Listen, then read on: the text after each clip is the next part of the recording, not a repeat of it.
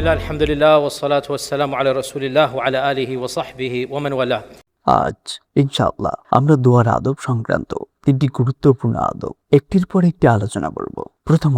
প্রথম আদবটি যা কোরআন ও সুন্নাহ আমাদের শেখায় তা হলো একজন মুমিনের সর্বদা আধ্যাত্মিক এবং দ্বীনি মেজাজের দোয়াকে প্রাধান্য দেওয়া উচিত। হেদায়েতের দোয়া, ক্ষমা প্রার্থনার দোয়া, রহমতের দোয়া, অন্তর বিশুদ্ধকরণের দোয়া। এটি একটি অত্যন্ত সাধারণ ভুল যা আমাদের অনেকের মধ্যে দেখা যায়, যে আমরা এই দোয়াকে অবহেলা করি এবং কেবল তখনই দুহাত তুলি যখন কোনো ট্র্যাজেডি ঘটে, যখন আমাদের সন্তান অসুস্থ হয়ে পড়ে, যখন কেউ মৃত্যুশয্যায় শায়িত হয়, অথবা যখন কোনো বিপদ আপদ আমাদের উপর নেমে আসে, তখন আমরা হাত তুলি এবং আল্লাহর কাছে পার্থিব সুবিধা প্রার্থনা করি। আর এটি একজন মুমিনের আদব বা বৈশিষ্ট্যের অন্তর্ভুক্ত নয়। এখন থেকে আমাদের জীবনযাত্রা, আমাদের অভ্যাস, আমাদের রুটিনে দ্বীনি দোয়ার উপর জোর দেওয়া উচিত এবং তারপর দুনিয়াবি দোয়া করা উচিত। আর এটি কোরআনের সূরা আল বাকারায় অত্যন্ত স্পষ্টভাবে বলা হয়েছে। আল্লাহ কি বলেছেন?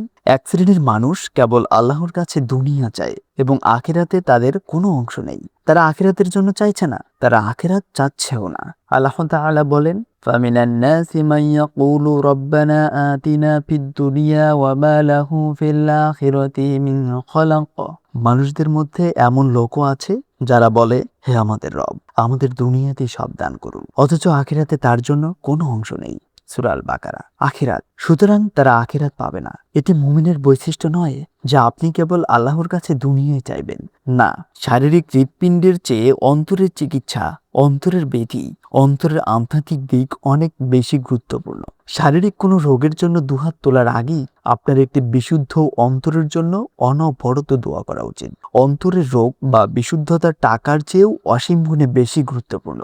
আল্লাহর সন্তুষ্টি যে কোনো পার্থিব বিষয়ের চেয়ে অসীম গুণে গুরুত্বপূর্ণ। আর তাই আমাদের জোর দেওয়া উচিত আধ্যাত্মিক দোয়ায়। এবং আমরা আল্লাহর কাছে দুনিয়ার জন্যও চাইব। আর সে কারণেই আল্লাহ এর ঠিক পরের আয়াতেই বলেছেন, এবং কিছু লোক আছে যারা তিনটি বাক্য বলে, যার দুটি দিন সংক্রান্ত আর একটি এই দুনিয়া সংক্রান্ত। সুতরাং আমাদের একটি আনুমানিক ধারণা হয়, একটি আনুমানিক শতকরা হিসাব, আপনার দোয়ার 2/3 অংশই হওয়া উচিত দিনদারিতা ও আধ্যাত্মিকতা নিয়ে। আমাকে দিন দিন, আমাকে উত্তম মৃত্যু দিন, আমাকে জান্নাতুল ফেরদাউসে প্রবেশের তৌফিক দিন, আমার মিজানের পাল্লা ভারী করে দিন, আমাকে একটি বিশুদ্ধ অন্তর দিন। আপনার দোয়ার প্রায় 2/3 অংশই এগুলো হওয়া উচিত। আমি কেবল একটি আনুমানিক কথা বলছি, অনবরত হওয়া উচিত। আল্লাহ বলেন, ওয়ামিনহুম মান ইয়াকুলু রব্বানা আতিনা ফিদ দুনিয়া হাসানাতাও ওয়া ফিল আখিরাতি হাসানাতাও ওয়া কিনা আযাবান নার। আর তাদের মধ্যে কেউ কেউ বলে, হে আমাদের রব, আমাদের দুনিয়াতে কল্যাণ দিন এবং আখিরাতেও কল্যাণ দিন, আর আমাদেরকে জাহান্নামের আযাব থেকে রক্ষা করুন। এই দোয়াটার মধ্যে ওই তিনটি বিষয় খেয়াল করা যায়। প্রথমত কি বলা হচ্ছে? আমাদের দুনিয়াতে কল্যাণ দিন, একটি বিষয়। আর দুইটি বিষয় আখিরাত সম্বন্ধে, আখিরাতে কল্যাণ দিন এবং জাহান্নামের আযাব থেকে রক্ষা করুন। বস্তুত নবী সাল্লাল্লাহু আলাইহি ওয়াসাল্লাম কি বলেছেন? আমি দিনে 100 বারেরও বেশি সময় আল্লাহর কাছে ইস্তিগফার, ক্ষমা প্রার্থনা করি, যা নিজেই এক ধরনের দোয়া। দিনে 100 বারেরও বেশি সময় তিনি আখিরাতের জন্য দোয়া করতেন। কোরআন পড়ুন, বেশিরভাগ দোয়াই আখিরাত সম্পর্কিত, সিংহভাগই দিন সম্পর্কিত। তাই এখন থেকে আমাদের আল্লাহর সাথে এমন একটি সম্পর্ক গড়ে তুলতে হবে যেখানে অনবরত তার কাছে দিনী কল্যাণের আবেদন থাকবে। এবং আমরা পার্থিব কল্যাণের জন্য আল্লাহর কাছে চাইব। সুতরাং দোয়ার প্রথম আদব হলো আধ্যাত্মিকতার উপরে গুরুত্ব দেওয়া, দিনী বিষয়ে গুরুত্ব দেওয়া এবং পাশাপাশি পার্থিব বিষয়েও আল্লাহর কাছে দোয়া করা। এই একই আয়াত থেকেই আমরা দ্বিতীয় আদবটি শিখি। সেখানে একটি অতিরিক্ত শব্দ রয়েছে, হাসানা, কল্যাণ। সেই শব্দটি কি? কেন এই পার্থক্যটা কি? প্রথম শ্রেণীর মানুষ কেবল দুনিয়ার প্রতি লোভী। আমি টাকা চাই, হে আল্লাহ আমাকে এই চাকরিটি দিন, হে আল্লাহ আমার এই প্রমোশনটা মিলিয়ে দিন, হে আল্লাহ। তারা কেবল দুনিয়া দুনিয়া আর দুনিয়ায় চায়। আর মুমিনও দুনিয়া চায়, এতে কোনো সমস্যা নেই, কিন্তু তার একটি বর্ণনা বা উদ্দেশ্য থাকে। আমি পবিত্র দুনিয়া চাই, আমি এমন দুনিয়া চাই যা আমার উপকারে আসবে। আর এটি আমাদের দ্বিতীয় আদবটি শিক্ষা দেয় যে এমনকি আপনি যখন এই দুনিয়ার কোনো কিছুর জন্য আল্লাহর কাছে চাইবেন, তখন আপনার নিয়ত হওয়া উচিত একটি ইতিবাচক নিয়ত, একটি ভালো নিয়ত। আমরা সবাই টাকা চাই, আল্লাহর কাছে টাকা চান এবং তারপর বলুন, ও আল্লাহ আমাকে পবিত্র সম্পদ দিন যেন আমি অন্যদের প্রতিও দানশীল হতে পারি। আপনি চান আমরা সবাই সুস্থতা চাই। ইয়া আল্লাহ, আমাকে সুস্থতা দিন যেন আমি নেককারদের অন্তর্ভুক্ত হতে পারি। আর বস্তুত এটি একটি সহিহ হাদিসে এসেছে, যখন নবী সাল্লাল্লাহু আলাইহি ওয়াসাল্লাম একজন অসুস্থ ব্যক্তিকে দেখতে গিয়েছিলেন, তিনি তার জন্য দোয়া করেছিলেন। দেখুন তিনি কি বলেছিলেন। তিনি বলেছিলেন, হে আল্লাহ, আপনার এই বান্দাকে আরোগ্য দান করুন, যাতে সে আপনার পথে সংগ্রাম করতে পারে এবং যাতে সে মসজিদে গিয়ে আপনার ইবাদত করতে পারে। লক্ষ্য করুন কিভাবে আরোগ্যকে একটি উত্তম কাজের সাথে সংযুক্ত করা হয়েছে। হ্যাঁ, আমরা সবাই আরোগ্য লাভ করতে চাই, কেউ অসুস্থ থাকতে চায় না। কিন্তু এই চাওয়াটা কেবল লোভ আর লোভের জন্য হওয়া উচিত নয়। নিয়ত হওয়া উচিত আরো মহৎ কিছুর জন্য। আর যে কোনো হালাল প্রয়াস, যে কোনো হালাল কাজের পিছনে একটি মহৎ নিয়ত থাকতে পারে। আপনারা জানেন 4 বছর আগে এখানে বেশ কিছু যুবক ছিল যারা বিয়ে করতে চাইছিল। আমি তাদের নিয়ে কৌতুক করতাম। মাশাআল্লাহ, তারা সবাই প্রায় চলে গেছে, তারা সবাই বিয়ে করে ফেলেছে। তাই এখন কাকে নিয়ে কৌতুক করব তা জানি না। যুবকদের নতুন ব্যাচটি কোথায়? যাই হোক, যুবকরা বিয়ে করতে চায়, যে তরুণরা বিয়ে করতে চায়। দর্শকদের মধ্যে এখনো কিছু তরুণকে আমি দেখতে পাচ্ছি যে তরুণরা বিয়ে করতে চায়। তাদেরও এই অনুভূতি ও নিয়ত থাকা উচিত। ইয়া আল্লাহ, আমাকে একজন দিনদার স্ত্রী দান করুন, যাতে আমি একটি হালাল পরিবার গঠন করতে পারি, যাতে আমি হারামে লিপ্ত না হই।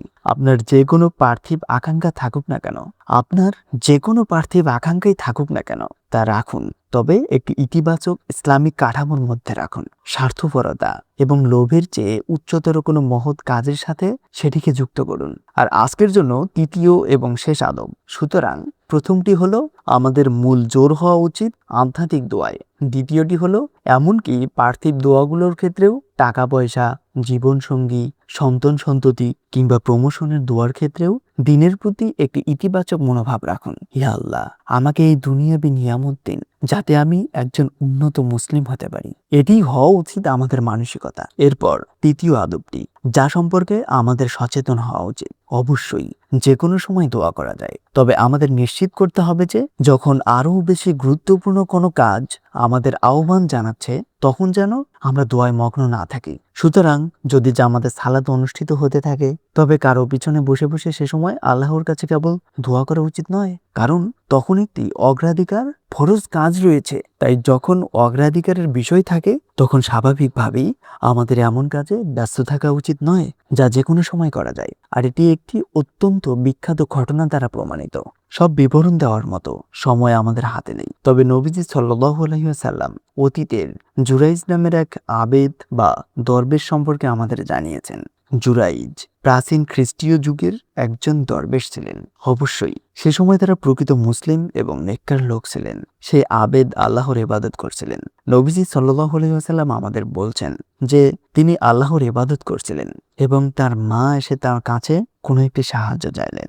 তখন তিনি মনে মনে বললেন, ইয়া আল্লাহ, আমি কি আমার সালাত ভেঙে মায়ের ডাকে সাড়া দেব নাকি সালাত চালিয়ে যাব? এবং তিনি সালাত চালিয়ে গেলেন। তার মায়ের জরুরি প্রয়োজন ছিল, কিন্তু তিনি তা উপেক্ষা করলেন, এই ভেবে যে সালাতে আল্লাহর ইবাদত করা তার মায়ের ডাকের সাড়া দেওয়ার চেয়েও বেশি সওয়াবের কাজ। আর এভাবে তিনি পরপর 3 দিন তার মাকে উপেক্ষা করলেন, এই ভেবে যে এটি বোধহয় উত্তম। আর অবশ্যই এটি আমাদের শিক্ষা দেয় যে যখন নফল কাজের সাথে ফরজের সংঘর্ষ হয়, তখন ফরজের খাতিরে নফল ছেড়ে দিতে হয়। কিন্তু তিনি তা জানতেন না। তিনি একজন আবেদ ছিলেন, নির্জনবাসী ছিলেন, তিনি কোনো আলেম ছিলেন না, তাই তিনি জানতেন না। আর সে কারণেই হাদিসের একটি বর্ণনায় বলা হয়েছে, আল্লাহ জুরাইজের উপর রহম করুন। তিনি যদি আলেম হতেন তবে জানতেন যে তাকে তার মায়ের ডাকে সাড়া দিতে হবে, কিন্তু তিনি ছিলেন একজন সাধারণ ইবাদতকারী মাত্র। আমার মূল কথা হলো, যখন কোনো সংঘর্ষ বা দ্বিমুখিতায় অগ্রাধিকারের বিষয় আসে, তখন আমাদের অবশ্যই কর্তব্যটিকেই, ফরজ বা ওয়াজিবকেই অগ্রাধিকার দিতে হবে। সুতরাং আমরা এমন সময় দোয়া করব না যখন কোনো নির্দিষ্ট ফরজ দায়িত্ব বা জরুরি প্রয়োজন পূরণের সময় উপস্থিত হয়। আমরা সেটিকে অগ্রাধিকার দেব এবং তারপর অন্যান্য সময় দোয়া করব। এই হলো আজকে আমাদের 3টি আদব, এবং ইনশাআল্লাহ আমরা আগামীকাল অন্যান্য আদব নিয়ে আলোচনা চালিয়ে যাব। সুবহানাকা আল্লাহুম্মা ওয়া বিহামদিক, আশহাদু আল্লা ইলাহা ইল্লা আনতা আস্তাগফিরুকা ওয়া আতুবু ইলাইক। আসসালামু আলাইকুম। في الهوى قربي فتب مما جنيت عسى تعود إلى رضا الرب، تعود إلى رضا الرب.